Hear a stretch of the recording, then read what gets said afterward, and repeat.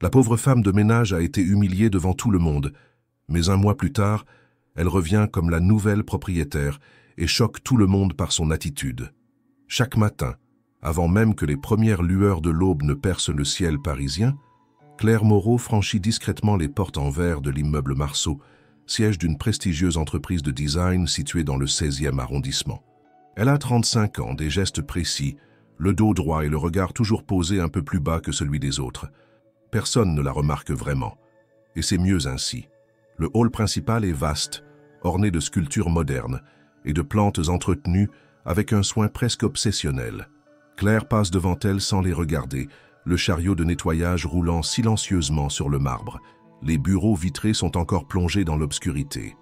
Dans moins de 2 heures, ils seront remplis de discussions animées, de cafés brûlants et de présentations lumineuses projetées sur les murs blancs. Mais pour l'instant, ce monde appartient à Claire. Elle nettoie avec application sans jamais faire de bruit inutile. Les sièges sont repositionnés, les écrans essuyés avec des lingettes spéciales, les sols lavés à la perfection.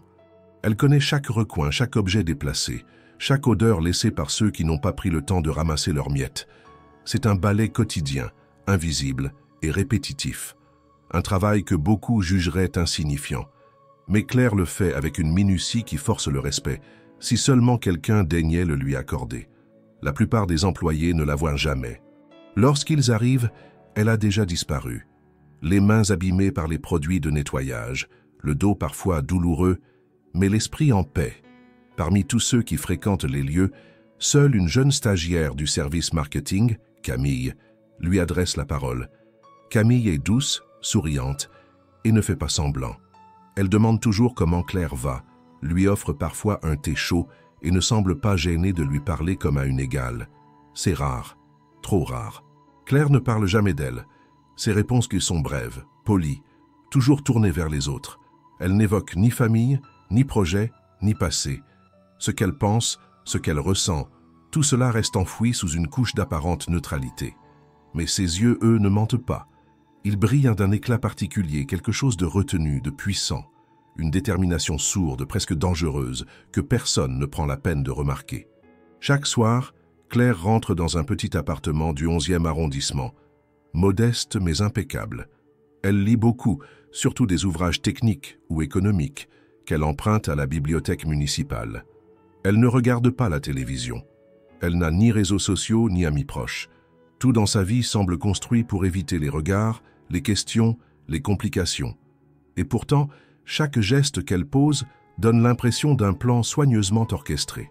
Ce matin-là, alors qu'elle termine de nettoyer la salle de réunion principale, elle entend du bruit provenant de l'ascenseur. Un groupe d'employés est arrivé plus tôt que prévu. Ils ne la voient pas tout de suite. L'un d'eux plaisante sur la magie des lieux toujours propres. Claire se recule discrètement dans l'ombre, comme à son habitude. Quand ils la remarquent enfin, aucun regard ne s'attarde.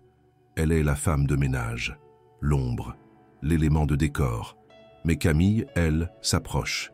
Elle pose doucement une main sur l'avant-bras de Claire et murmure « Vous allez bien aujourd'hui ? Vous avez l'air fatigué. » Claire sourit. Un vrai sourire, rare. « Merci Camille.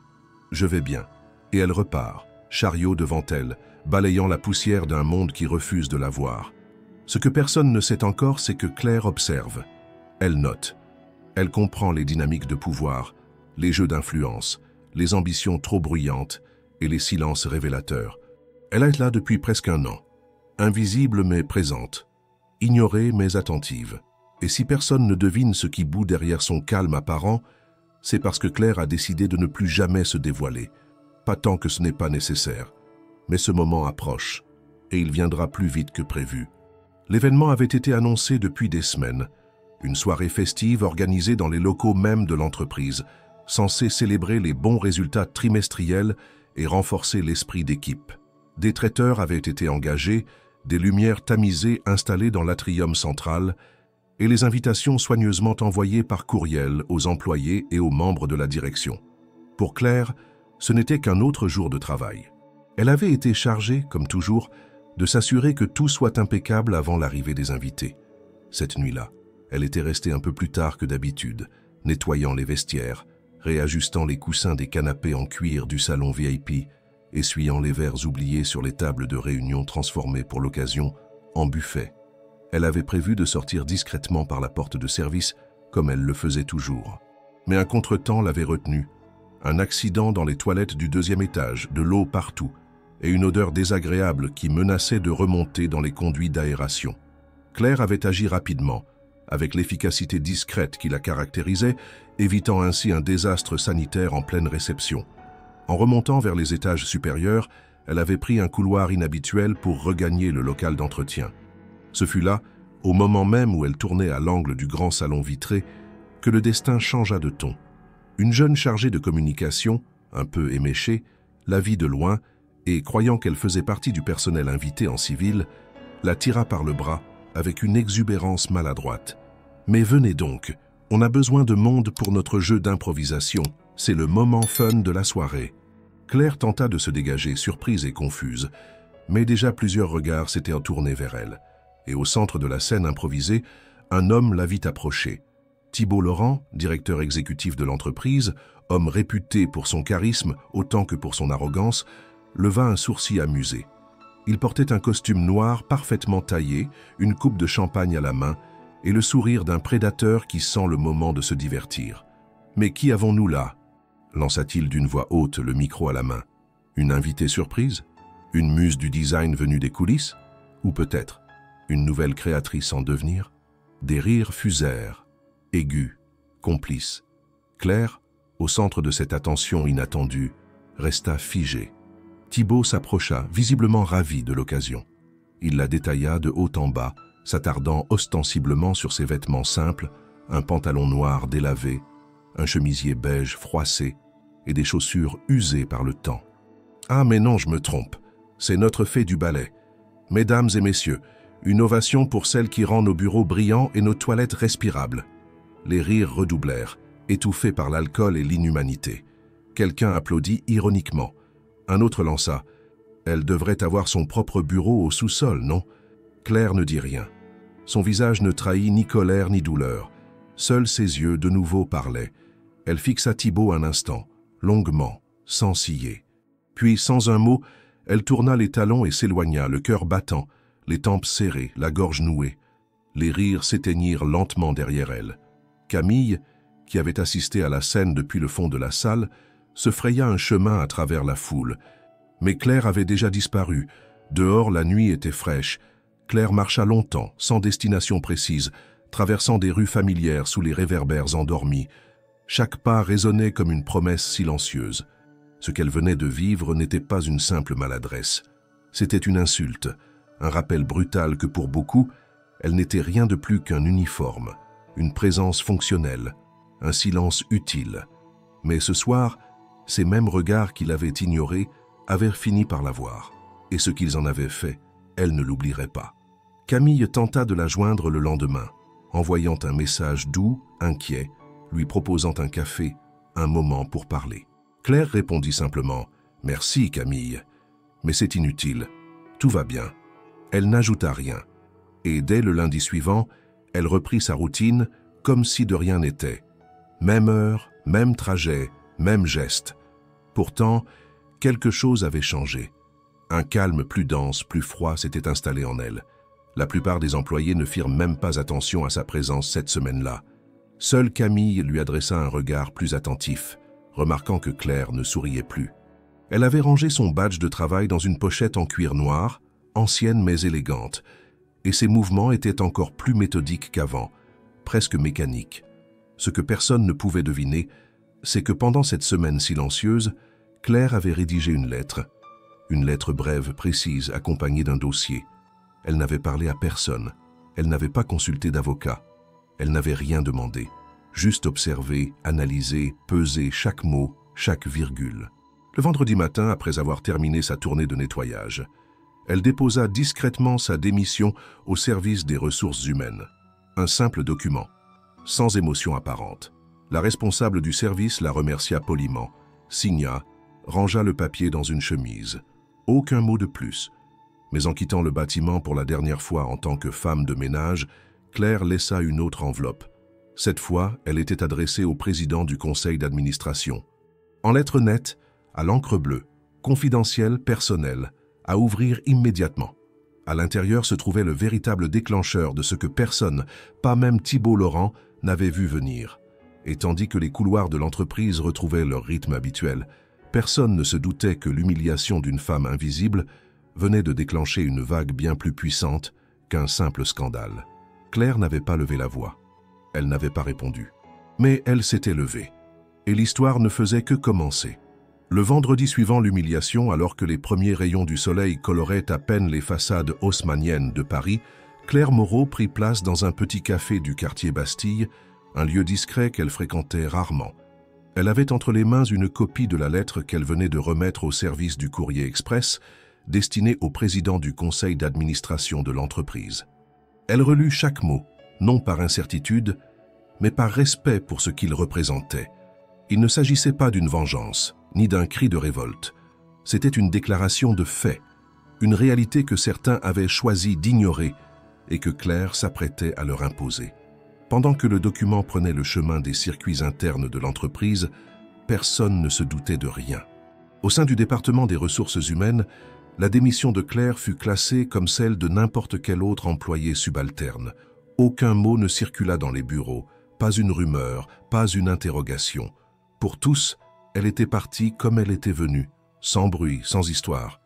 Mais ce silence n'était qu'une illusion provisoire. La lettre, elle, arriva dès le lundi matin sur le bureau d'Antoine Béraud, président du conseil d'administration. Il l'ouvrit sans grande attention, habitué aux doléances vides ou aux propositions absurdes. Dès les premières lignes, cependant, son regard changea. Il se redressa, ses mains se crispèrent légèrement, et il lut les feuillets d'une traite, sans lever les yeux une seule fois. Lorsqu'il eut terminé, il resta quelques secondes immobile. Ce qu'il venait de découvrir allait bien au-delà d'un simple dossier RH. Le contenu de la lettre était précis, appuyé par des pièces jointes officielles. Extraits d'actes notariés, relevés boursiers, historiques de transactions, capture d'écran d'acquisition d'actions. Le tout formant un tableau inattendu. Claire Moreau, ancienne femme de ménage, avait discrètement acquis au cours des derniers mois une quantité non négligeable d'actions de la société. Le tout réalisé par le biais de micro-rachats, de portefeuilles répartis dans plusieurs sociétés de gestion et surtout grâce à une holding à son nom enregistrée en Normandie. Antoine Béraud appela immédiatement une réunion confidentielle avec les membres les plus proches du conseil. Il leur fit lire les documents, observa leurs réactions, puis posa la question cruciale. Quelqu'un ici connaissait cette femme. Le silence fut total. Personne ne l'avait remarqué. Même ceux qui la croisaient chaque semaine dans les couloirs avaient peine à se souvenir de son visage. Pendant ce temps, au sein de l'entreprise, la routine poursuivait son cours. Thibault Laurent, encore triomphant, multipliait les réunions stratégiques et les démonstrations de pouvoir. Il ignorait tout de ce qui se tramait dans les coulisses. Camille, quant à elle, avait remarqué l'absence de Claire, et cela l'avait affectée plus qu'elle ne voulait l'admettre. Elle lui avait envoyé un autre message, cette fois resté sans réponse.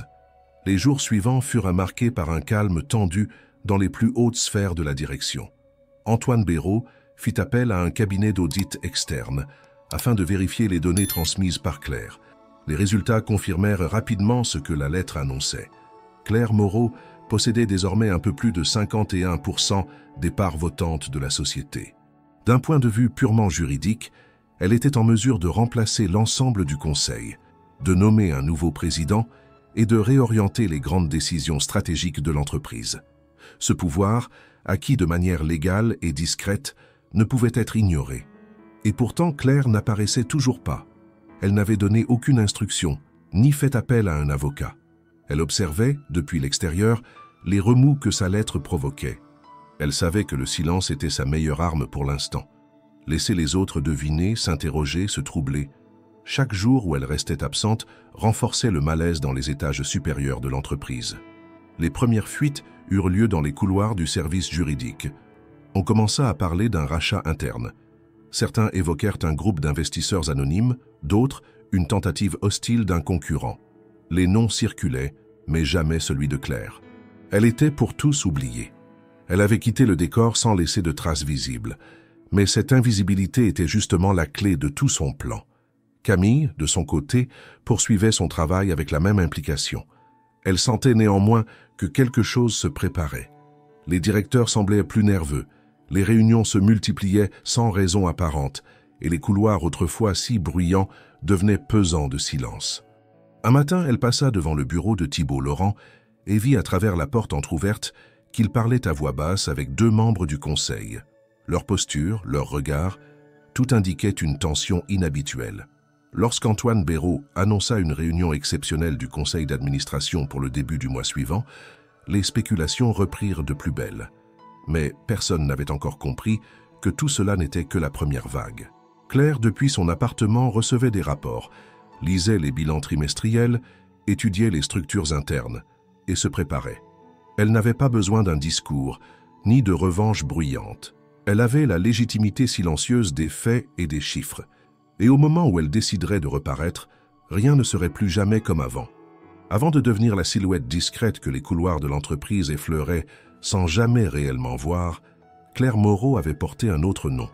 Pas celui gravé sur un badge de service, mais un nom qui figurait dans les archives de la presse économique régionale, dans des bulletins d'innovation technologique et même dans quelques rapports d'incubateurs d'entreprises. Il fut un temps, pas si lointain, où Claire était connue comme Claire Derville, cofondatrice de l'une des startups les plus prometteuses de la côte normande. Tout avait commencé dans une petite ville près de Caen, dans un ancien entrepôt transformé en espace de coworking. Claire, alors âgée de 28 ans, avait lancé avec son compagnon de l'époque, Julien Derville, une plateforme logicielle dédiée à l'optimisation de l'énergie dans les bâtiments collectifs. Ils avaient travaillé jour et nuit, réuni des fonds, convaincu des investisseurs locaux, et en quelques mois, leur projet s'était hissé parmi les 5 meilleures innovations environnementales de l'année, selon un classement spécialisé. Claire s'occupait de la partie technique et financière avec une rigueur admirable. Julien, plus charismatique, gérait les relations publiques et les levées de fonds. Mais le succès, aussi rapide soit-il, n'avait pas résisté aux fractures personnelles. Le couple s'était effondré au moment même où leur entreprise prenait son envol. Une séparation brutale, aggravée par des désaccords stratégiques. Julien avait tenté de la forcer à vendre ses parts à prix cassé, pensant qu'elle ne tiendrait pas sans lui. Il avait tort. Claire avait anticipé chaque manœuvre, chaque clause, chaque ligne du pacte d'associés. Sans bruit, elle avait négocié, imposé, résisté. Finalement, elle avait cédé ses parts à une société tierce à un prix bien supérieur à celui proposé, récupérant une somme qui, investie intelligemment, allait faire d'elle une femme libre pour de nombreuses années. Peu après cette rupture, le décès de son père l'avait touchée de plein fouet. Un homme droit, discret, ouvrier dans les chemins de fer, qui lui avait appris le respect du travail bien fait, la dignité du silence et la valeur de chaque euro gagné à la sueur du front. Ce deuil l'avait profondément bouleversée. Elle avait quitté la Normandie, changé de nom, et s'était installée à Paris, loin de tout ce qui la liait à son ancienne vie. Ce n'était ni une fuite ni un effondrement, mais une reconversion intime. Elle avait besoin de retrouver le sol, de marcher parmi les gens, d'écouter sans parler. Elle voulait comprendre ce que devient une société qui ne regarde plus les invisibles. C'est dans cette volonté de se reconnecter au réel que Claire avait choisi un emploi de service. Pas un hasard, mais une décision. Elle avait volontairement effacé son passé numérique, utilisé un nom d'usage autorisé par la législation française, trouvé un logement modeste mais fonctionnel, et postulé à des postes que jamais personne n'aurait imaginé pour une ancienne entrepreneure multimillionnaire. Elle voulait voir ce que les puissants ne voyaient plus. Et elle avait vu. Pendant des mois, elle avait observé en silence les dynamiques sociales, la hiérarchie implicite, les humiliations ordinaires, les regards fuyants. L'entreprise de design où elle avait été engagée comme femme de ménage n'était qu'un choix parmi d'autres. Elle aurait pu aller ailleurs. Mais quelque chose dans l'architecture, dans la froideur calculée des matériaux, dans les sourires trop polis des employés, l'avait interpellée. Elle avait compris que ce lieu serait révélateur. Et elle ne s'était pas trompée. Chaque jour, elle entrait dans ce bâtiment comme on entre dans un laboratoire social. Chaque remarque, chaque porte qui se refermait trop vite, chaque supérieur hiérarchique qui regardait à travers elle, nourrissait sa conviction. Il fallait changer quelque chose et elle allait le faire. Ce que personne ne savait, c'est que pendant qu'elle nettoyait les vitres ou rangeait les salles de réunion, Claire lisait les rapports oubliés sur les imprimantes, prenait mentalement note des discussions téléphoniques non protégées, analysait les affichages de performance accrochés au mur. Son esprit, entraîné à l'analyse stratégique, ne s'était jamais éteint. Elle apprenait, compilait, anticipait. Lorsque le moment serait venu, elle ne serait pas seulement prête, elle serait inattaquable. Le jour où elle avait été humiliée devant tout le personnel, ce n'était pas la douleur qui l'avait envahie en premier, mais la lucidité. Elle avait vu dans les rires étouffés, dans l'attitude de Thibault Laurent, la confirmation de ce qu'elle soupçonnait déjà. Cette entreprise, malgré son vernis moderne, fonctionnait sur une culture toxique, élitiste, profondément méprisante. Et puisqu'elle connaissait les règles du jeu mieux que quiconque, elle allait les retourner contre leur propre créateur. Au fil des semaines, elle avait commencé à acquérir, par l'intermédiaire de gestionnaires indépendants, des parts de l'entreprise cotée. Un rachat lent, méthodique, orchestré avec patience. Elle n'avait pas besoin de tout posséder, seulement assez pour changer la donne. Les marchés financiers, anonymes et impénétrables pour la plupart, ne se méfient jamais des femmes invisibles. Claire, dans l'ombre, avançait ses pions. Et désormais, les pions étaient en place.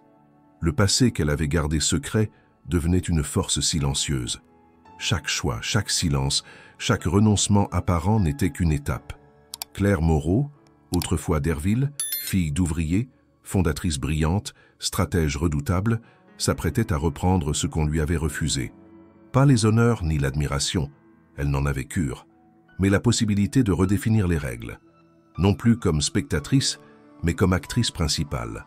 La lettre de Claire, désormais bien connue des membres du conseil d'administration, avait agi comme un sismographe silencieux dans les étages supérieurs de l'entreprise. On ne parlait pas encore officiellement de bouleversement, mais chacun, dans les sphères dirigeantes, pressentait qu'un changement s'annonçait. Antoine Béraud, le président du conseil, avait choisi de garder le silence en attendant la suite des démarches de Claire.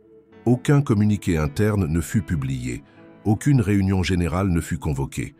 L'attente devint une stratégie. Mais plus le temps passait, plus ce silence devenait inquiétant. Les jours s'étiraient sans nouvelles de Claire. Certains pensaient qu'elle avait abandonné son projet, qu'il ne s'agissait que d'un geste impulsif motivé par l'humiliation.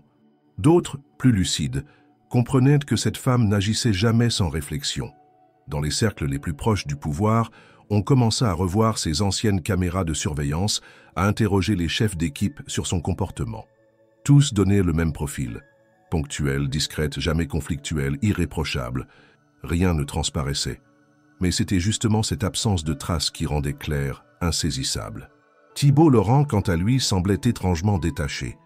Il s'était moqué lors d'un dîner privé avec quelques collègues de la paranoïa de Béraud.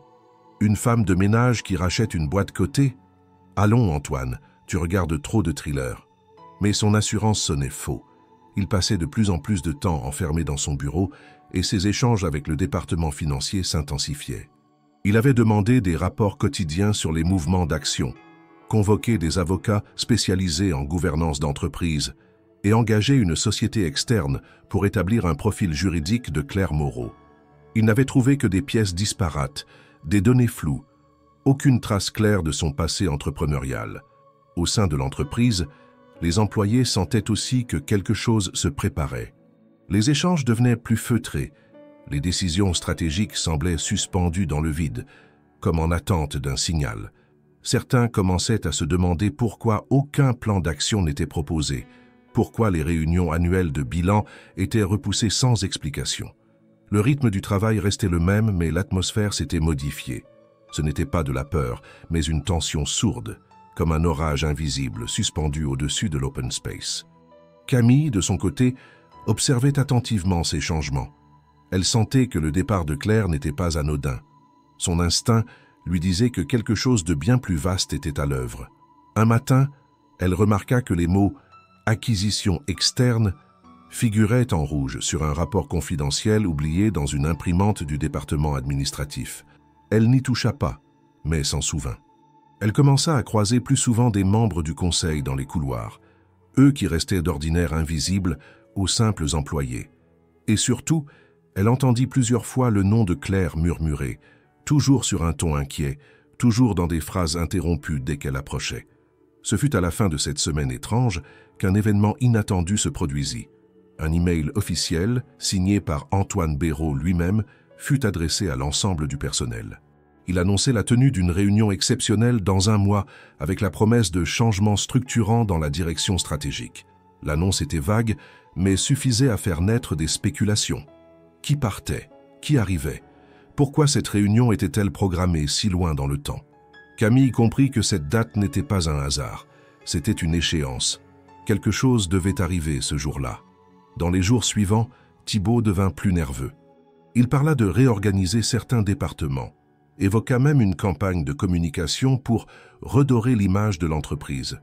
Il proposa de revoir les contrats avec les partenaires internationaux et fit appel à une agence de conseil externe. Mais tous ces mouvements étaient perçus comme des réactions précipitées, sans ligne directrice claire. Les autres membres du comité exécutif, jusque-là solidaires, commençaient à douter. Certains remettaient en question la légitimité de ces décisions récentes. D'autres, plus opportunistes, cherchèrent déjà à se rapprocher d'Antoine Béraud. Pendant ce temps, Claire demeurait invisible. Mais elle n'était pas inerte. Depuis son appartement sobrement meublé, elle continuait de consulter des rapports, d'analyser les comportements des dirigeants à travers les données publiques, les déclarations internes filtrées sur les réseaux et les indices laissés dans les comptes rendus. Elle savait que le moment de réapparaître n'était pas encore venu. Laisser le doute se propager, permettre aux masques de tomber d'eux-mêmes, faisait partie de sa stratégie. Il ne s'agissait pas de provoquer un choc immédiat, mais de créer un vide si profond que sa seule présence suffirait à tout redistribuer.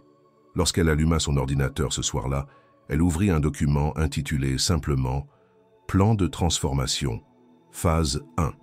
Les titres étaient sobres, les objectifs précis. Elle n'avait pas l'intention de détruire ce qu'elle avait appris à connaître. Elle voulait le transformer, l'arracher à son arrogance pour en faire un lieu où le mérite primerait sur le paraître. Elle savait que cela ne se ferait pas sans résistance. Mais elle savait aussi que le silence utilisé avec justesse est parfois plus déstabilisant que les mots. Et alors que les bureaux de l'entreprise se vidaient à nouveau dans le calme apparent des soirs ordinaires, le véritable centre de gravité du pouvoir avait déjà changé de place. Il n'était plus dans les tours vitrées, ni dans les réunions feutrées du comité exécutif. Il résidait désormais dans les mains d'une femme que personne n'avait voulu voir et dont l'absence devenait chaque jour plus éloquente. La date fixée par Antoine Béraud approchait à grands pas.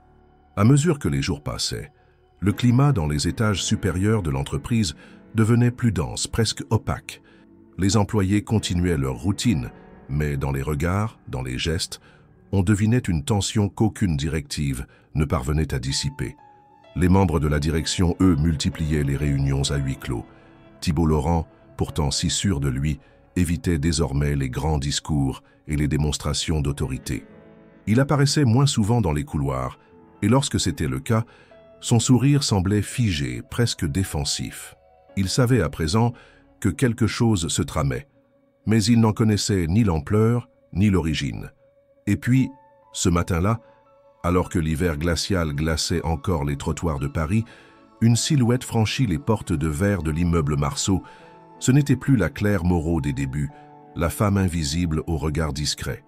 Celle qui entra ce jour-là portait un tailleur anthracite d'une coupe irréprochable, des escarpins élégants, un manteau long tombant jusqu'aux mollets et une écharpe nouée avec une simplicité désarmante.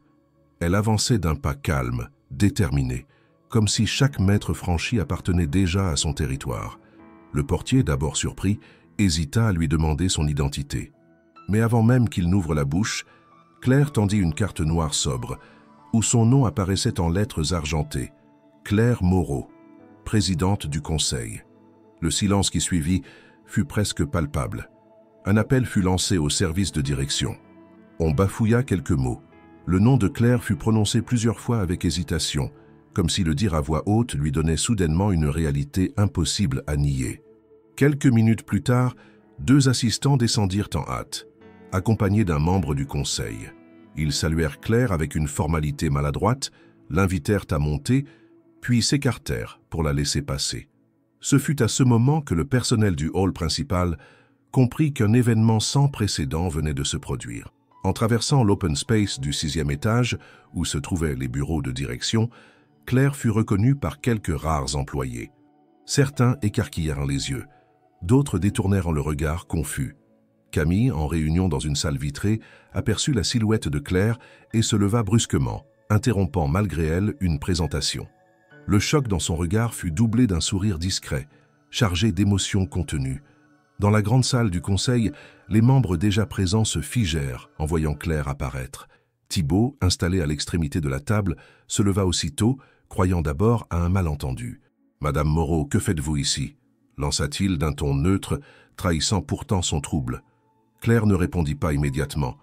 Elle posa son sac avec lenteur, retira son manteau, puis sortit un document signé par le président du conseil, désignant officiellement sa nomination en tant qu'actionnaire majoritaire et présidente du conseil d'administration. « Je suis ici à l'invitation d'Antoine Béraud, » dit-elle simplement. « Et à partir d'aujourd'hui, je siège ici en tant que propriétaire majoritaire. Toute disposition légale a été prise en ce sens. » Un silence glacé tomba dans la pièce. Thibault pâlit. Il voulut répondre, objecter, mais Antoine, assis à côté, l'interrompit d'un simple geste. « Tout est en règle. Claire Moreau est désormais notre présidente. » Ce fut le premier coup de tonnerre. Mais Claire, fidèle à son calme, n'en fit pas un spectacle. Elle ne demanda aucun applaudissement. Elle ne se vengea d'aucune remarque passée.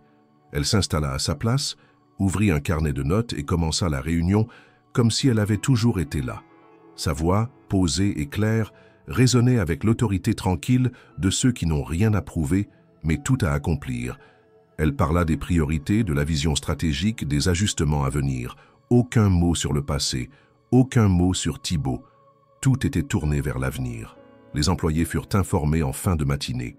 Un mail officiel fut envoyé à tous les services. Il annonçait la réorganisation du conseil d'administration et l'arrivée de Claire Moreau à sa tête. La nouvelle se répandit en quelques heures dans tout l'immeuble, puis dans les cercles professionnels extérieurs. Des articles commencèrent à circuler, d'abord prudents puis étonnés. Qui était cette femme?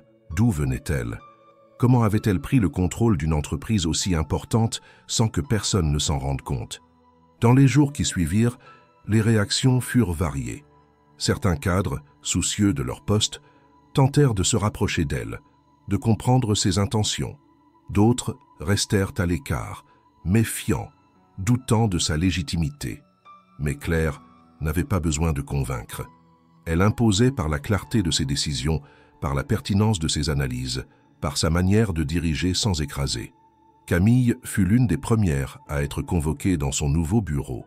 Elle entra avec une nervosité qu'elle n'arrivait pas à dissimuler. Claire se leva, lui serra la main avec douceur et l'invita à s'asseoir. « Je n'ai pas oublié votre regard ce soir-là, Camille, ni vos silences attentifs. Je vous ai observé aussi. Vous êtes capable de beaucoup plus que ce que ce poste vous permet actuellement, et j'aimerais que vous preniez la responsabilité d'un projet transversal sur la qualité de vie au travail. » Camille, émue, accepta sans hésiter. Et ainsi, sans coup d'éclat, sans déclaration théâtrale, Claire prit sa place. Non comme une conquérante, mais comme une évidence longtemps ignorée. Ceux qui l'avaient méprisée commencèrent à percevoir l'ampleur de leur erreur. Elle ne cherchait pas à punir, elle reconstruisait. Et son autorité, ancrée dans la connaissance et le respect, allait bientôt transformer l'entreprise bien au-delà de ce que quiconque aurait pu imaginer. 3 jours après son retour fracassant à la tête de l'entreprise, Claire convoqua sa première grande réunion exécutive. Elle choisit un mercredi matin, à 8 heures précises, pour s'adresser à l'ensemble des directeurs de département et membres du comité stratégique. L'invitation, rédigée de manière concise et professionnelle, stipulait uniquement « réunion stratégique, présidence, présence obligatoire ». Aucun détail superflu, aucun mot sur la finalité, ni sur les décisions à attendre. Cette sobriété suscita autant de curiosité que d'inquiétude. À l'heure dite, la grande salle de réunion était déjà pleine. Les fauteuils en cuir noir autour de la longue table ovale accueillaient des visages fermés, méfiants et parfois résignés. Thibault Laurent, désormais relégué à un rôle secondaire en attendant l'examen de son contrat, était là, assis du côté droit, tentant de masquer sa tension par des sourires convenus. Le reste de la direction oscillait entre attente prudente et faux détachement. Personne ne savait encore à quoi s'attendre de la part de cette femme qui, il y a quelques semaines à peine, nettoyait les tasses à café abandonnées dans les salles de pause. Claire entra à 8 heures précises. Elle portait un tailleur sobre, ses cheveux attachés, un dossier en cuir à la main. Elle ne se présenta pas. Elle ne remercia pas. Elle s'installa à la tête de la table, ouvrit son carnet et commença à parler d'une voix posée sans note écrite. « Je vous ai observés tous pendant plusieurs mois. J'ai lu chaque rapport, chaque compte-rendu de vos départements et je connais vos chiffres aussi bien que les vôtres. Ce que je vous demande aujourd'hui, ce n'est pas votre soumission ni votre sympathie. Je vous demande votre efficacité. » Un murmure silencieux parcourut la salle. Elle continua. « Je n'ai pas pris le contrôle de cette entreprise pour la détruire ni pour satisfaire un ego. Je l'ai reprise parce qu'elle incarne, malgré tout, un potentiel immense. Mais elle est malade. Malade de ses automatismes, de ses cloisonnements, de son arrogance structurelle. Nous allons y remédier.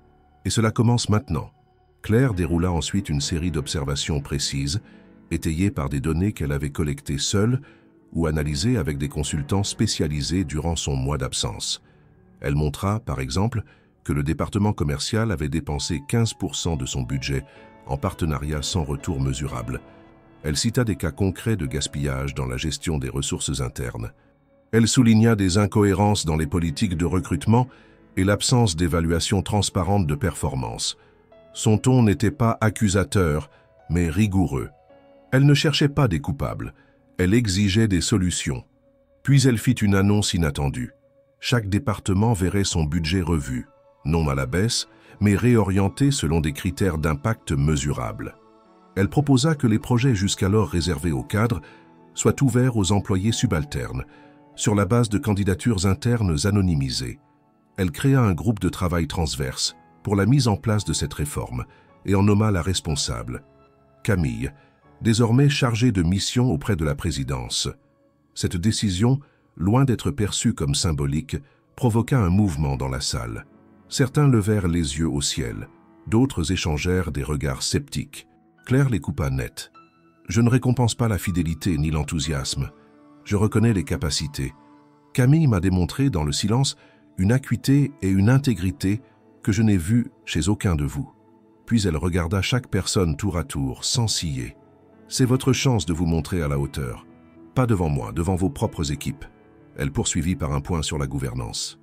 Elle souhaitait abolir certains privilèges silencieux, les bureaux individuels excessifs, les notes de frais sans justification détaillée, les séminaires redondants organisés dans des hôtels de luxe. Elle déclara que toutes les décisions stratégiques seraient désormais documentées et rendues accessibles à l'ensemble du personnel dans un esprit de transparence. Elle ajouta enfin que chaque manager serait tenu de suivre une formation obligatoire sur la gestion éthique des ressources humaines. Non comme punition, mais comme condition de maintien à leur poste. Quand elle termina son intervention, il était 9h15. Elle referma calmement son dossier et déclara « Je ne veux pas des excuses, je veux du travail. Vous avez une semaine pour proposer vos plans de réorganisation interne, et si vous pensez ne pas être capable, je trouverai ceux qui le sont. » Puis elle se leva et quitta la salle, laissant derrière elle un silence lourd entre défi et admiration. Dans les jours qui suivirent, un changement subtil s'opéra. Les employés, apprenant que leur parole allait enfin compter, commencèrent à soumettre des idées, à se regrouper spontanément. Des projets longtemps ignorés furent ressortis des tiroirs. Des talents oubliés furent convoqués par les RH. Claire ne participait pas à toutes les réunions, mais elle lisait tout, répondait aux notes internes avec une précision glaçante, posait des questions que personne n'osait anticiper. Elle n'imposait pas. Elle révélait. Et dans cette révélation, chacun comprenait que désormais, il n'y aurait plus de place pour la médiocrité protégée par les titres. Thibault, lui, tenta encore de reprendre la main. Il organisa un déjeuner avec des actionnaires secondaires, proposa un plan de croissance externe bancal, lança des rumeurs sur l'inexpérience de Claire. Mais personne ne mordait. Même ses alliés de toujours restaient silencieux. Ils n'avaient plus d'ancrage. La dynamique avait changé. Claire n'avait pas eu besoin de le pousser. Elle avait déplacé le sol sous ses pieds. Et pendant que l'entreprise entamait sa mue, les regards des employés croisaient parfois celui de Claire dans les couloirs. Elle ne cherchait pas à être saluée, ni adulée. Mais sa seule présence suffisait à rétablir une forme d'équilibre oublié, celui du respect fondé sur la légitimité et non sur la position. Claire avançait, et avec elle, tout un système s'apprêtait à changer d'air. Malgré la clarté de la nouvelle direction imposée par Claire et l'impact immédiat de ses premières mesures, Les fondations de l'entreprise n'avaient pas été construites sur la transparence, mais sur des décennies de petits arrangements, d'alliances silencieuses et de privilèges acquis à l'abri des regards. Pour certains membres de la direction, l'arrivée de Claire à la présidence n'était pas une transformation bienvenue, mais une intrusion qu'il fallait contenir, voire annuler. Le vernis de coopération qu'ils affichaient en réunion masquait à peine une résistance méthodique, organisée et décidée à renverser son autorité. Parmi les premiers à manœuvrer dans l'ombre se trouvait Gérald Manset, directeur financier, homme au profil discret mais à l'influence étendue. Il avait toujours su faire fructifier les zones grises des comptes, orienter les flux en fonction des alliances et surtout protéger les intérêts de ceux qui lui garantissaient sa stabilité. Gérald contacta discrètement Thibault Laurent peu après la première réunion exécutive. Leur échange feutré eut lieu dans un salon privé d'un club d'affaires du 8e arrondissement. Ensemble, ils analysèrent les statuts juridiques, les marges de manœuvre du Conseil et les failles possibles dans la nomination de Claire. Ils envisagèrent même de contester certaines décisions en invoquant un défaut de procédure. Mais rien n'y faisait. Chaque document signé par Claire était en règle, chaque action posée légalement blindée. N'ayant pas trouvé d'attaque juridique viable, ils changèrent de stratégie. Il fallait affaiblir sa légitimité de l'intérieur. Ils commencèrent par alimenter de fausses rumeurs parmi les cadres intermédiaires. Ils insinuèrent que Claire cherchait à vendre l'entreprise à des fonds étrangers, qu'elle voulait la découper en unités autonomes avant de dissoudre la direction actuelle. Ils laissaient entendre qu'elle préparait un plan de licenciement déguisé en réforme organisationnelle. Certains directeurs, déstabilisés, commencèrent à exprimer leurs doutes à voix haute, notamment lors des réunions opérationnelles où Claire était absente. En parallèle, des initiatives lancées par Claire commencèrent à rencontrer des blocages inattendus. Des retards inexpliqués apparaissaient dans les comités d'implémentation.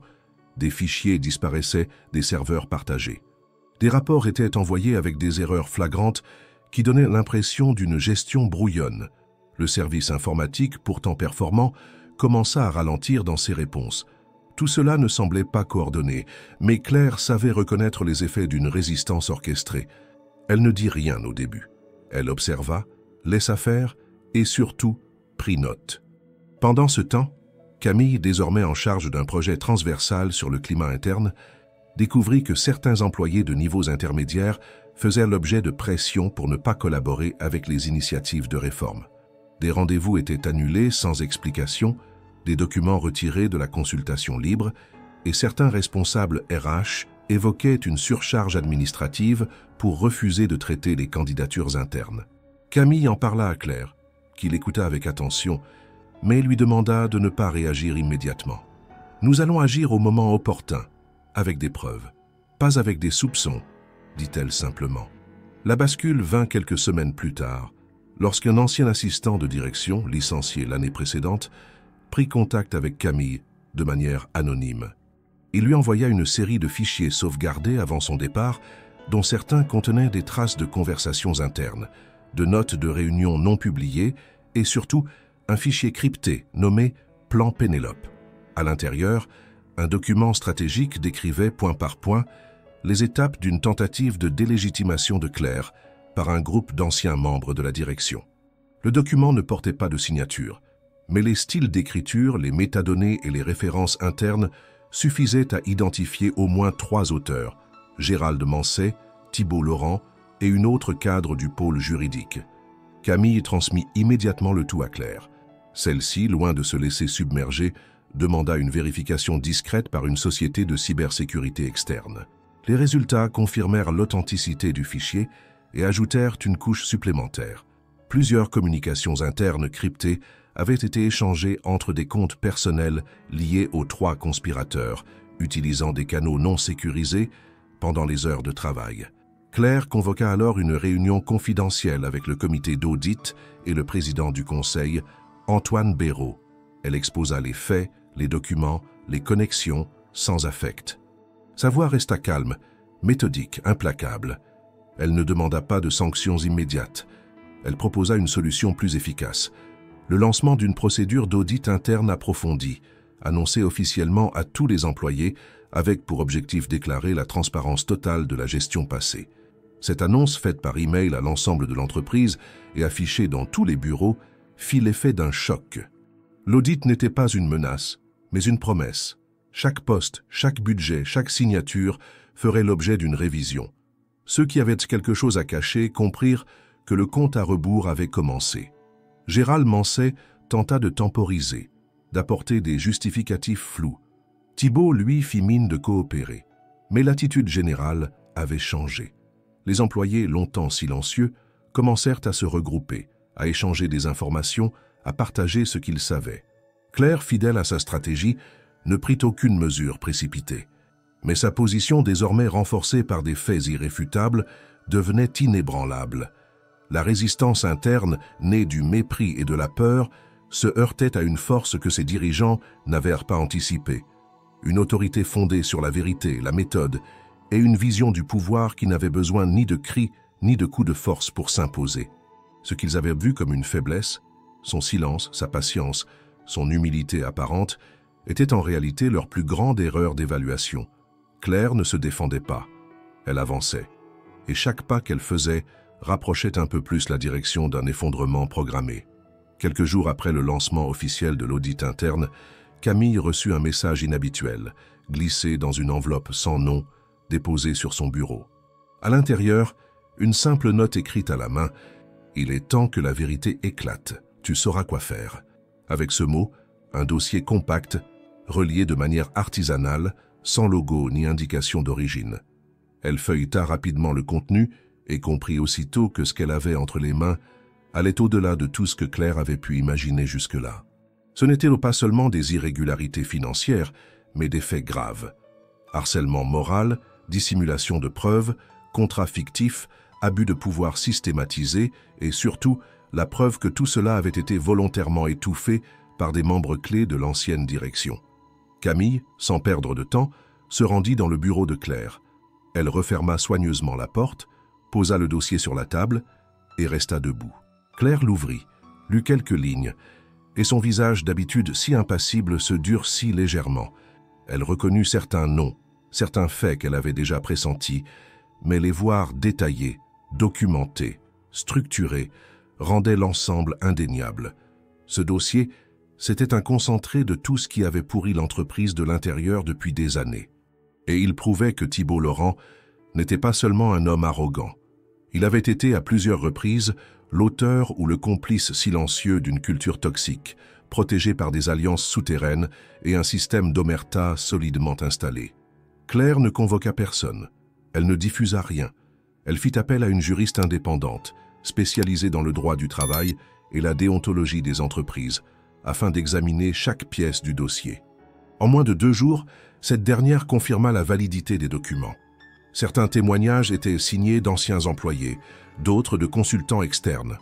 Plusieurs notes internes montraient des échanges où des abus avaient été signalés sans suite. Une ligne griffonnée sur un rapport de gestion résumait la mentalité de l'époque, protéger l'image à tout prix, même au détriment de quelques carrières brisées. Claire sut alors que ce dossier devait être utilisé, mais pas comme une arme brutale. Elle allait en faire un levier. Elle convoqua Camille dans son bureau pour une réunion discrète. Elles s'assirent face à face et Claire expliqua calmement. « Ce que nous avons là peut faire tomber toute l'ancienne direction, mais cela doit se faire dans les règles, avec méthode et sans céder à l'émotion. S'ils s'effondrent, ce sera parce que le système ne peut plus les protéger, pas parce que nous les avons dénoncés en place publique. » Camille hocha la tête, comprenant que ce n'était pas une vengeance que Claire préparait, mais une reconstruction. En parallèle, Claire s'adressa à Antoine Béraud et aux membres restants du conseil. Lors d'une réunion fermée, elle présenta un résumé factuel des éléments découverts. Elle proposa une solution structurée, annoncer la mise en place d'un audit complémentaire orienté spécifiquement sur la gouvernance éthique, incluant une plateforme de signalement interne et un comité indépendant chargé de recevoir les plaintes et témoignages. Le conseil, d'abord surpris par le ton direct et l'ampleur de la démarche, finit par approuver. Il savait qu'ignorer de telles révélations revenait à se rendre complice. Et désormais, sous le regard vigilant de Claire, il ne pouvait plus se réfugier dans l'ambiguïté. Le jour suivant, une note interne fut publiée. Rédigée dans un style sobre et précis, Elle annonçait l'ouverture d'une évaluation éthique approfondie, destinée à renforcer la culture d'intégrité de l'entreprise. Aucun nom n'y figurait, aucun scandale n'y était évoqué. Mais ceux qui savaient comprirent immédiatement. Et ceux qui étaient concernés sentirent l'étau se resserrer. Dans les couloirs, le mot « audit » changea de tonalité. Ce n'était plus une formalité administrative. C'était une lame suspendue, alimentée par des vérités longtemps tues. Thibault, en apprenant la nouvelle, tenta de reprendre l'initiative. Il convoqua ses anciens alliés, évoqua un plan de communication pour contrôler les dégâts. Il envisagea même de faire pression sur certains membres du Conseil pour mettre fin à la procédure. Mais rien n'y fit. Les lignes avaient bougé. Même ceux qui, quelques semaines plus tôt, l'auraient défendu, se tenaient désormais à distance. Il devint un poids, un souvenir encombrant que chacun voulait oublier. Son pouvoir d'influence s'était éteint, non par un coup d'éclat, mais par la perte de toute crédibilité. Pendant ce temps, Claire poursuivait ses réunions avec les différents départements. Elle écoutait, notait, restructurait sans relâche. L'entreprise, désormais consciente que tout était observé, commença à changer de l'intérieur. Des responsables de longue date prirent la parole pour la première fois, évoquant leurs propres doutes sur des pratiques passées. D'anciens stagiaires remercièrent anonymement la présidence pour avoir ouvert une brèche dans le mur du silence. Un climat nouveau émergeait, non pas basé sur la peur, mais sur la possibilité réelle de parler sans être puni, d'agir sans être discrédité.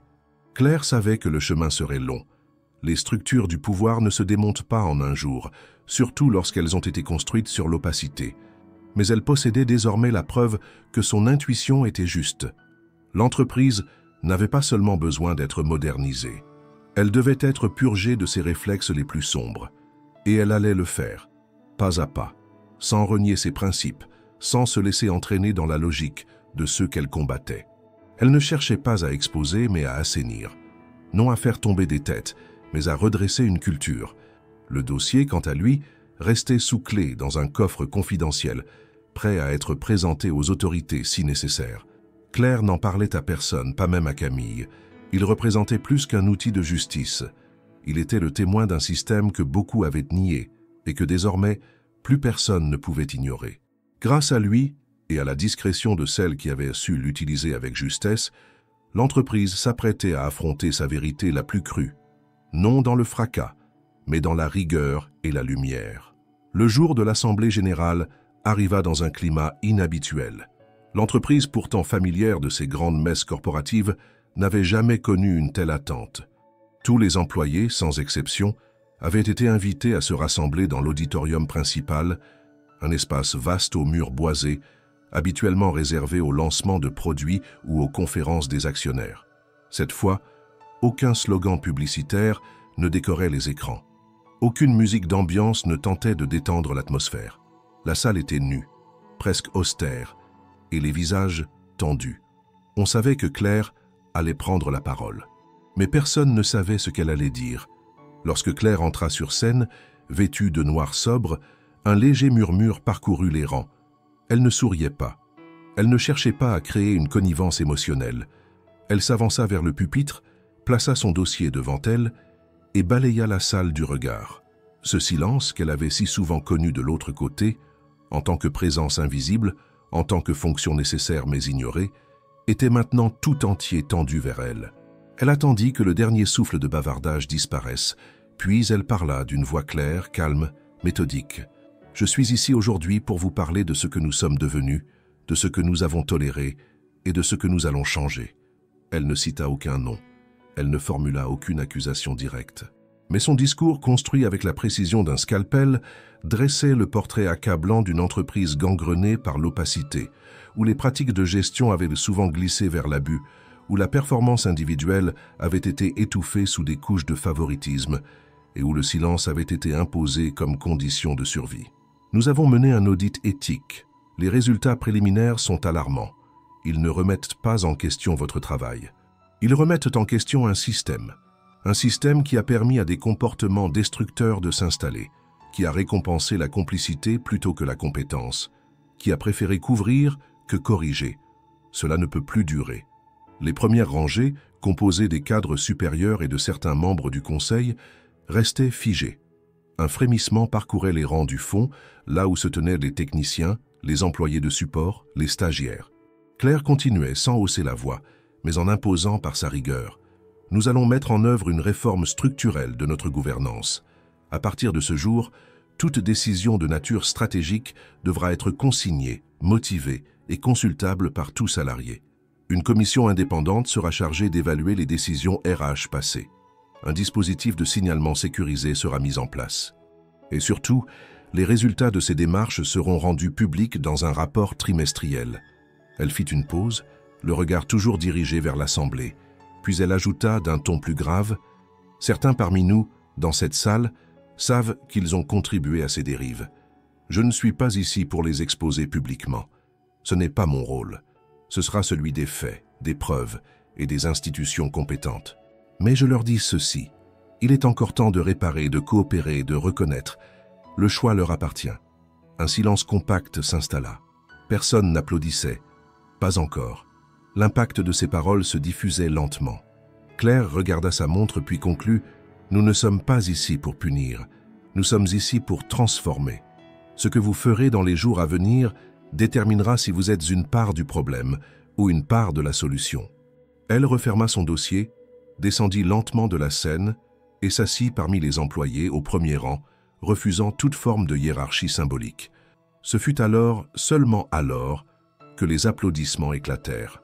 Pas un tonnerre immédiat, mais une vague qui naquit au fond de la salle et remonta jusqu'à la scène. Ils applaudirent longtemps, certains debout, d'autres avec retenue, mais tous portés par la même conscience. Quelque chose venait de basculer. Dans les jours qui suivirent, les effets de cette réunion se firent ressentir partout dans l'entreprise. Des témoignages anonymes commencèrent à affluer via la plateforme de signalement mise en ligne en urgence. Plusieurs anciens managers demandèrent des entretiens avec la cellule d'éthique. Des dossiers longtemps classés sans suite furent rouverts. On vit des employés que personne n'écoutait auparavant prendre la parole lors des réunions d'équipe, proposer des solutions, évoquer des dysfonctionnements avec une assurance nouvelle. Camille, désormais responsable de la communication interne et des relations sociales, fut submergée de messages. Certains remerciaient, d'autres confiaient, avec hésitation, ce qu'ils n'avaient jamais osé dire à voix haute. Elle transmit à Claire ce qui devait l'être, filtra ce qui relevait de tensions passagères, et surtout elle écouta. Ce rôle, elle le prit avec une gravité qu'elle n'avait jamais connue auparavant. Elle savait qu'un faux pas, qu'un silence mal interprété, pouvait faire retomber la confiance chèrement acquise. Quant à Thibault Laurent, il resta invisible. Il ne contesta pas les faits. Il ne fit aucune déclaration. Il semblait attendre, replié dans son bureau, que l'orage passe. Mais l'orage n'était plus une tempête.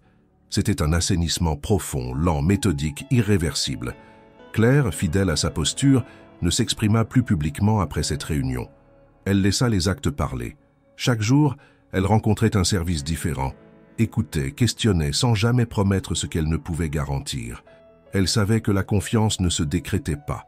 Elle se reconstruisait, preuve après preuve, geste après geste. Et désormais, même ceux qui l'avaient rabaissée, ignorée ou méprisée, devinrent se confronter à une réalité nouvelle. Claire n'était pas venue pour bouleverser un système par idéologie. Elle était venue pour révéler une vérité que beaucoup refusaient de voir. Et dans cette vérité, chacun devait maintenant se regarder sans masque, sans excuse, sans détour. Le conseil d'administration s'était réuni en urgence dans une salle isolée du dernier étage, loin des couloirs habituels et des regards curieux. L'atmosphère y était dense, presque étouffante. Claire était présente, assise à l'extrémité de la table ovale, le visage neutre, les mains croisées devant elle.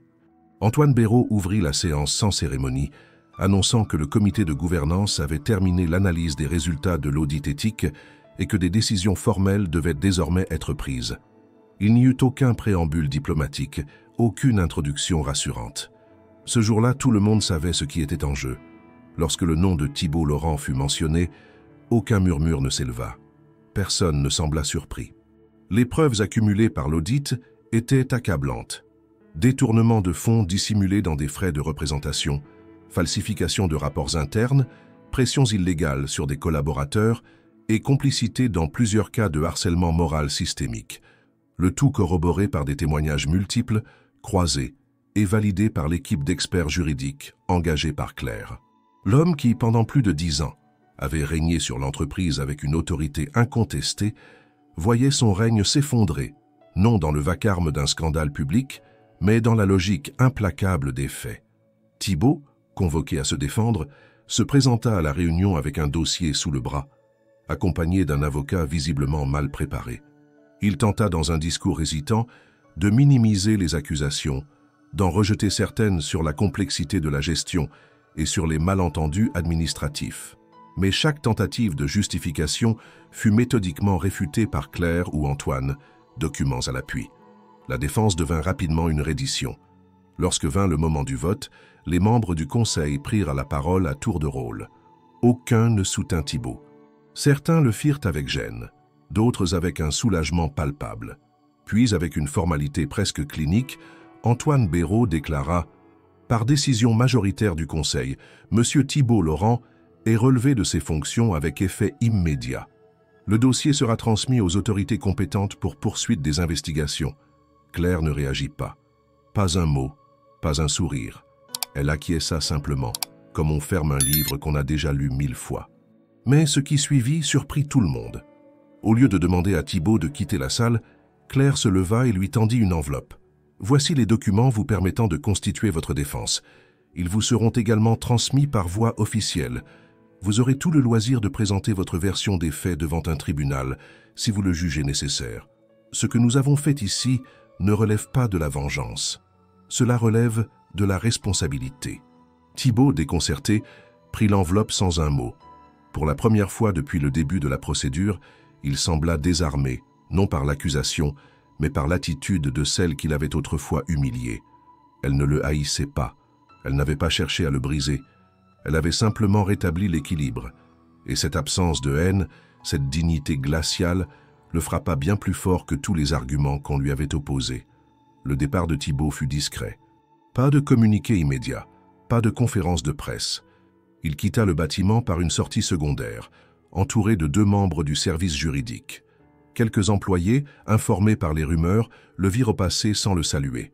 Son passage n'évoquait plus ni admiration ni crainte, seulement un long soupir de soulagement. Dans les jours qui suivirent, la nouvelle fut confirmée par une note officielle signée de la main de Claire. Sobre, sans emphase, elle annonçait la vacance du poste de directeur général, en précisant que l'intérim serait assuré collectivement par un comité de pilotage jusqu'à nomination d'un nouveau dirigeant. Elle remerciait l'ensemble des employés pour leur professionnalisme et réaffirmait son engagement envers la transparence et la justice interne.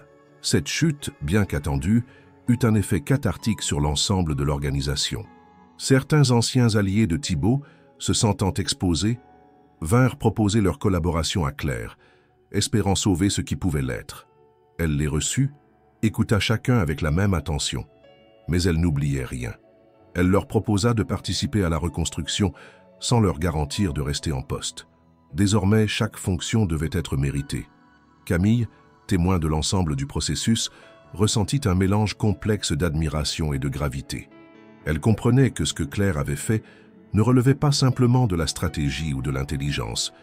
Il s'agissait d'un acte de réparation, une volonté de guérir un corps malade, sans trancher brutalement, mais en assainissant patiemment chaque organe. Cette approche, loin des logiques de punition rapide ou de spectacle médiatique, imposait une nouvelle éthique du pouvoir. Les médias, informés tardivement, commencèrent à publier des articles spéculatifs. Certains cherchaient à présenter Claire comme une figure implacable, une justicière du monde de l'entreprise. Mais ceux qui la côtoyaient savaient que ce n'était pas là son moteur. Elle ne cherchait pas à être admirée. Elle cherchait à rendre leur dignité à ceux qu'on avait oubliés, à restaurer l'équilibre dans un système qui avait appris à mépriser ses fondations humaines. Thibault, de son côté, resta silencieux. Aucun communiqué, aucune apparition. Il disparut du paysage, et son absence devint une sorte de page tournée. Non une disparition brutale, mais une correction nécessaire. Son nom, désormais, ne servait plus à inspirer la peur ou le respect, mais à rappeler ce que l'on risquait lorsque l'on confondait pouvoir et impunité.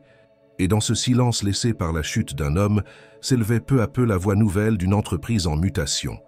Une voix nourrie par le courage, la justice, et cette détermination tranquille de ceux qui ne cherchent pas la lumière, mais qui refusent de vivre dans l'ombre.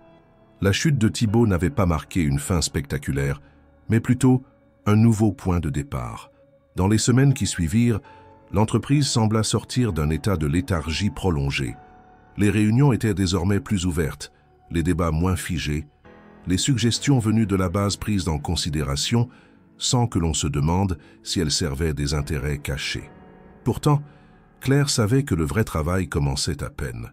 Écarter un homme du pouvoir ne suffisait pas à transformer un système profondément enraciné dans des habitudes de domination, de silence et de peur. Il fallait reconstruire. Non pas dans l'illusion d'un changement cosmétique, mais avec la lenteur méthodique que requiert la restauration de la dignité. Elle lança d'abord un vaste programme d'entretiens individuels, non pour évaluer les performances comme on l'avait fait jusqu'alors, mais pour écouter les voix que personne n'avait entendues depuis des années. Les agents de maintenance, les standardistes, les assistants administratifs, les employés de la logistique, tous furent conviés à partager leur vision de l'entreprise, à exprimer leurs frustrations, mais aussi leurs idées. Claire ne déléguait pas ces rencontres.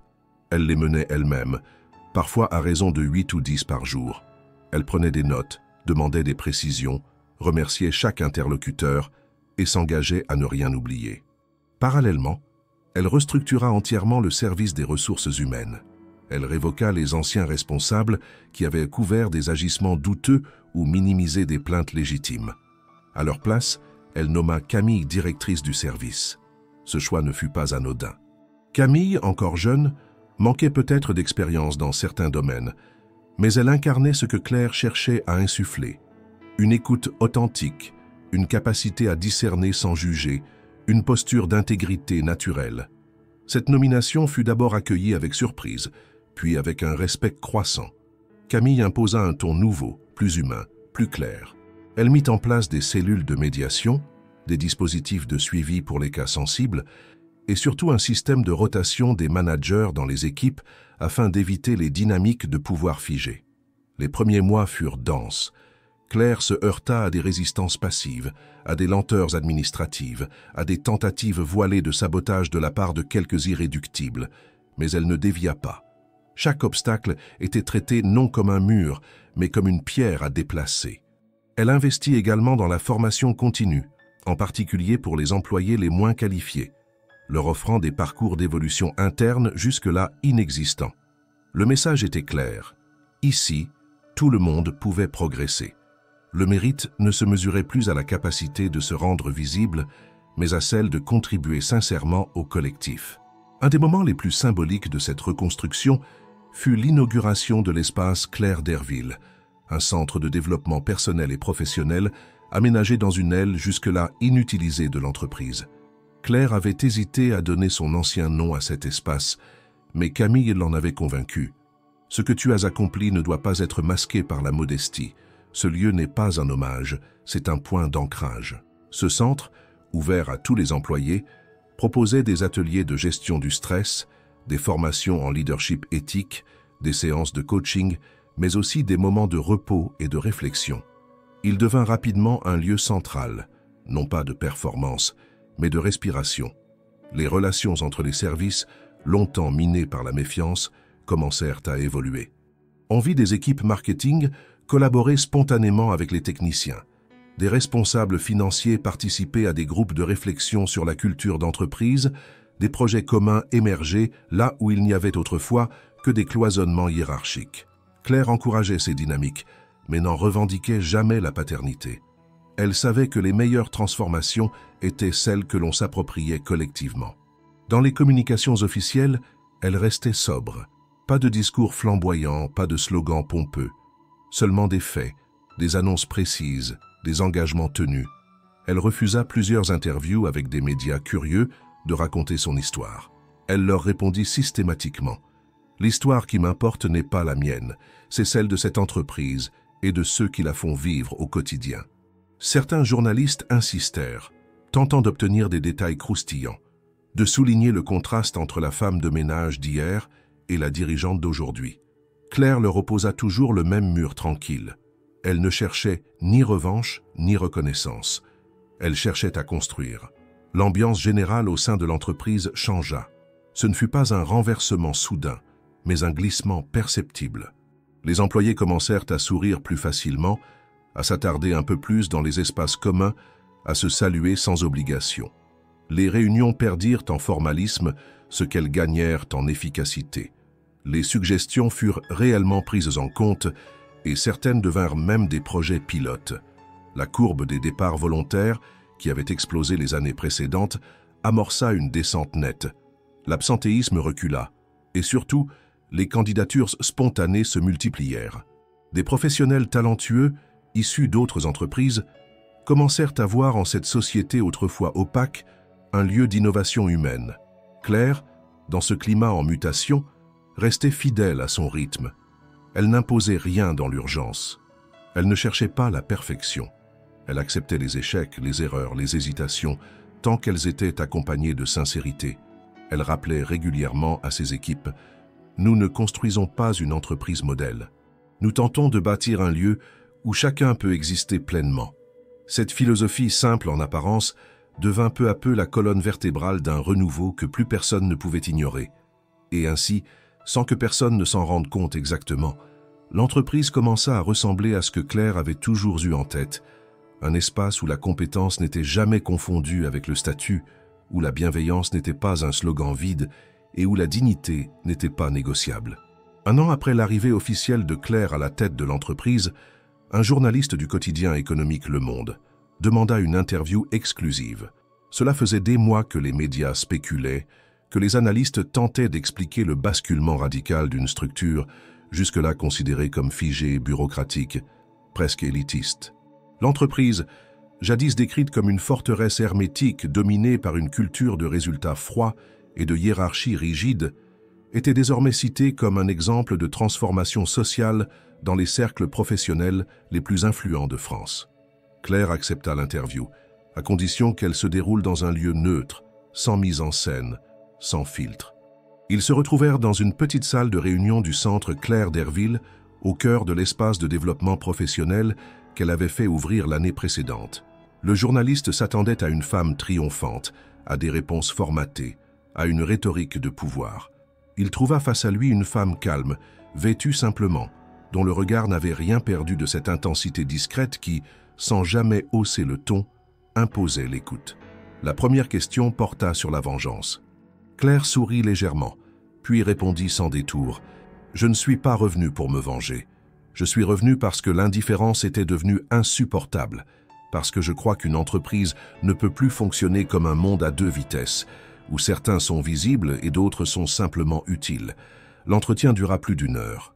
Claire parla de son passé sans se glorifier, évoqua son travail de femme de ménage comme une expérience d'apprentissage, expliqua les choix qu'elle avait faits sans jamais chercher à s'excuser ni à se justifier. Lorsqu'on lui demanda ce qu'elle considérait comme sa plus grande réussite, elle répondit « Le jour où un agent d'entretien est venu me dire qu'il se sentait respecté pour la première fois depuis 15 ans. Ce jour-là, j'ai compris que quelque chose avait changé, pas seulement en surface. » L'interview fut publiée le dimanche suivant sous le titre « Claire Moreau, redonner un visage à l'invisible ». En quelques heures, elle fut partagée des milliers de fois sur les réseaux sociaux, reprise dans des émissions de radio, citée par des personnalités politiques, intégrée dans des débats universitaires. Le récit de Claire touchait quelque chose de fondamental, la capacité d'un individu à changer une structure entière sans trahir ses principes, à restaurer le sens d'une entreprise sans écraser, sans exclure, sans dominer. Mais l'impact de Claire ne se limitait pas à l'intérieur des murs de son entreprise. D'autres organisations commencèrent à adopter des pratiques inspirées de ces réformes. Des colloques furent organisés autour du modèle Claire Moreau. Des think tanks étudièrent sa méthodologie. Des écoles de commerce lui proposèrent d'intervenir comme conférencière. Elle refusa les offres les plus prestigieuses, préférant consacrer son énergie à l'accompagnement des équipes internes, à la consolidation des processus engagés. Elle savait que la transformation, pour être durable, devait être suivie, corrigée, soutenue. Elle n'était pas là pour marquer l'histoire, mais pour changer des vies, celles des oubliés, des fatigués, des relégués. À l'intérieur de l'entreprise, les résultats dépassèrent les attentes. Non seulement les indicateurs financiers s'étaient stabilisés, mais la performance des équipes s'était accrue, portée par une motivation nouvelle. Le taux de rotation avait diminué de façon drastique, l'absentéisme avait chuté. Les conflits internes, lorsqu'ils apparaissaient, étaient désormais traités par des cellules de médiation formées, capables de désamorcer les tensions avant qu'elles ne dégénèrent. Le climat général avait changé, non pas parce que les salariés étaient redevenus miraculeusement heureux, mais parce qu'ils se sentaient enfin considérés. Des figures autrefois marginalisées avaient pris des rôles stratégiques. Camille, directrice des ressources humaines, était désormais régulièrement invitée dans des cercles professionnels nationaux pour partager son expérience. Des chefs d'équipe issus de métiers techniques participaient au comité de direction. Des stagiaires prenaient la parole en assemblée générale sans trembler. Les murs symboliques s'étaient fissurés, puis écroulés, et de ces ruines était née une culture d'entreprise qui ne cherchait plus à masquer ses défauts, mais à les comprendre et à les transformer. Claire, elle, restait fidèle à ses principes. Elle refusait les privilèges, partageait son bureau avec 2 autres collaborateurs et continuait de déjeuner dans la même cafétéria que l'ensemble du personnel. Elle marchait dans les couloirs sans escorte, prenait les mêmes ascenseurs, ouvrait elle-même les portes, non par effet de style, mais parce qu'elle n'avait jamais cru à la verticalité du pouvoir. Elle incarnait une autorité horizontale, faite d'écoute et de constance. Et c'est précisément cette cohérence entre le geste et le discours qui rendait son leadership indiscutable. Un soir, alors qu'elle rangeait quelques dossiers avant de partir, Camille entra dans son bureau. Elle portait un journal plié en 2. À l'intérieur, un éditorial soulignait que pour la première fois depuis sa création, l'entreprise venait d'être classée parmi les 5 meilleurs lieux de travail en France selon un panel indépendant. Claire lut l'article, hocha la tête, puis dit simplement « Ce n'est pas une récompense, c'est une promesse. Et maintenant, il faut la tenir. » Cette phrase résumait tout. Elle n'avait jamais agi pour être applaudie, mais pour que chaque personne, quel que soit son poste, se sente enfin à sa place. Dans un monde où la vitesse et l'efficacité semblaient avoir relégué la dignité au second plan, Claire avait rappelé que l'humain, quand on lui redonne sa juste valeur, devient la plus puissante des forces, pas seulement pour produire, mais pour vivre, ensemble, avec respect et avec sens.